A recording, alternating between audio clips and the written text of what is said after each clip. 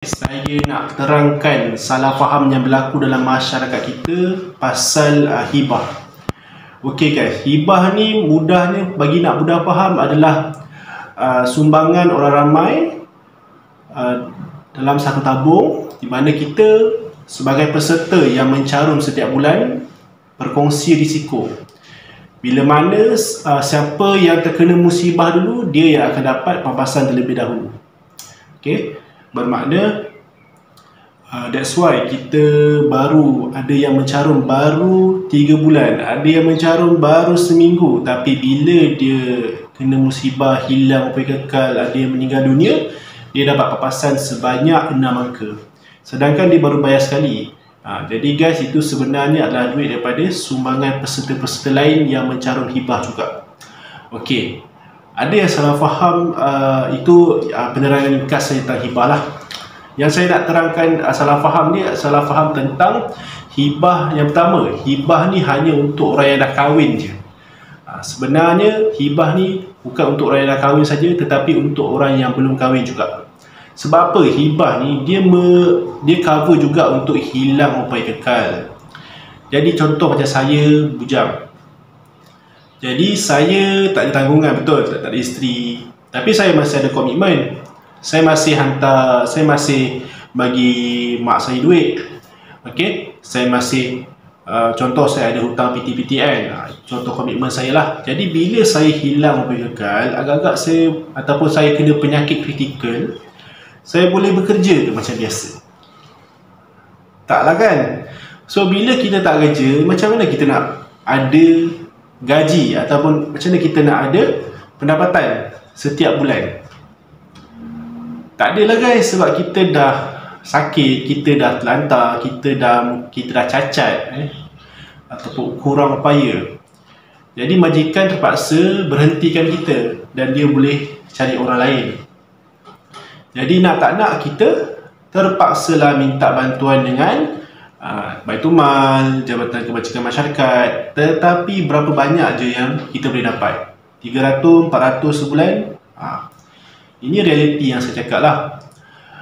Jadi kalau kita ada carum hibah, bila benda ni berlaku kat kita, syarikat takaful akan bagi kita 6 angka, 200,000, 300,000, bergantung kepada berapa yang sum cover yang korang ambil lah. Okay, sum cover ni bermakna jumlah pampasan. Jadi bila saya dapat duit pampasan daripada syarikat takaful, contohlah 500,000 juta, okay, saya masih boleh maintain saya punya lifestyle. Kan, saya masih boleh maintain lifestyle. Contoh gaji saya sebulan 2,000. So saya masih boleh maintain saya punya lifestyle sebab saya ada duit pampasan 500,000 ni tadi. So you guys bahagilah 500,000, you bagi dengan berapa tahun. So saya boleh survive dengan duit tu selama almost 20 tahun. Kan? Jadi saya tak perlu nak meminta dengan orang lain, saya tak perlu nak menyusahkan orang lain, saya tak perlu menyusahkan mak ayah saya. Dan korang kena tahu bila korang hilang upaya kekal, korang bujang pula tu, agak-agak siapa yang akan jaga korang?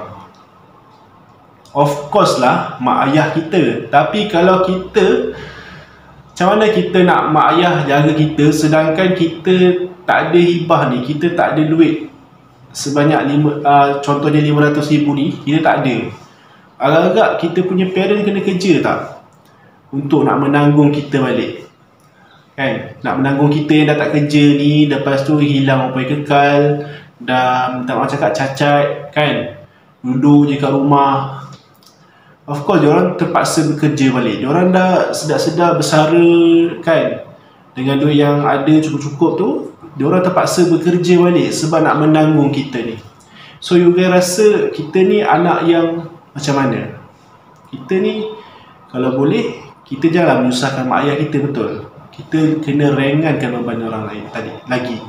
Jadi kalau macam saya dah ada plan hibah ni, saya tak perlu menyusahkan orang lagi dah. Malah saya menyenangkan lagi diorang.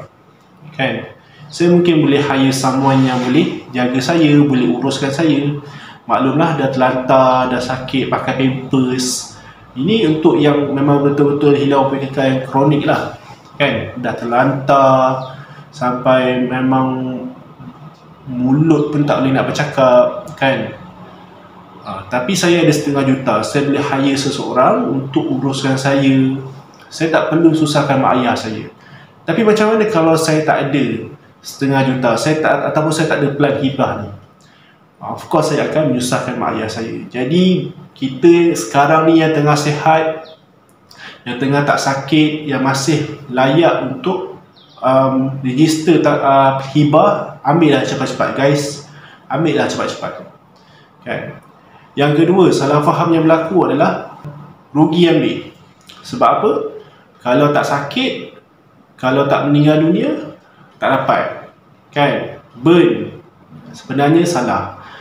Bila sekarang ni dah ada plan hibah yang mana setiap 2 tahun korang akan dapat cash minimum daripada RM1,000 sehingga dan ke atas lah. RM3,000 ada, bergantunglah kepada berapa caruman yang korang buat bulanan tu. Jadi sekarang ni walaupun korang carum setiap bulan, after 2 tahun korang akan dapat cash. Bukan tu saja, kita juga ada benefit untuk hibah. Sekarang ada benefit untuk badal haji, kan, dan umrah. Bila mana korang pergi haji, korang pergi umrah, korang akan dapat RM2,000 sebagai allowance, maksimum sebanyak 5 kali.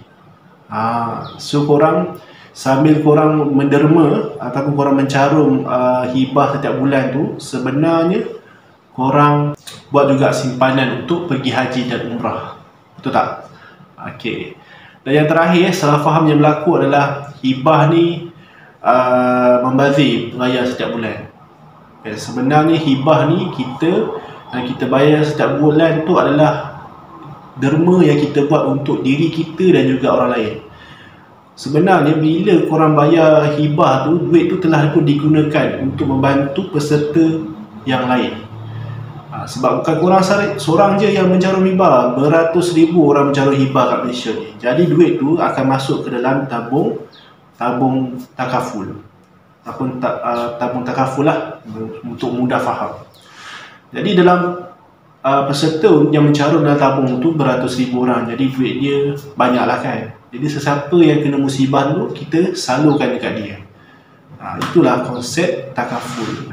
Alright, itu saja daripada saya. Kalau korang nak tahu lebih lanjut, bolehlah PM saya, nombor ada dekat description. Jangan lupa like, jangan lupa follow, jangan lupa subscribe saya. Okay, Assalamualaikum.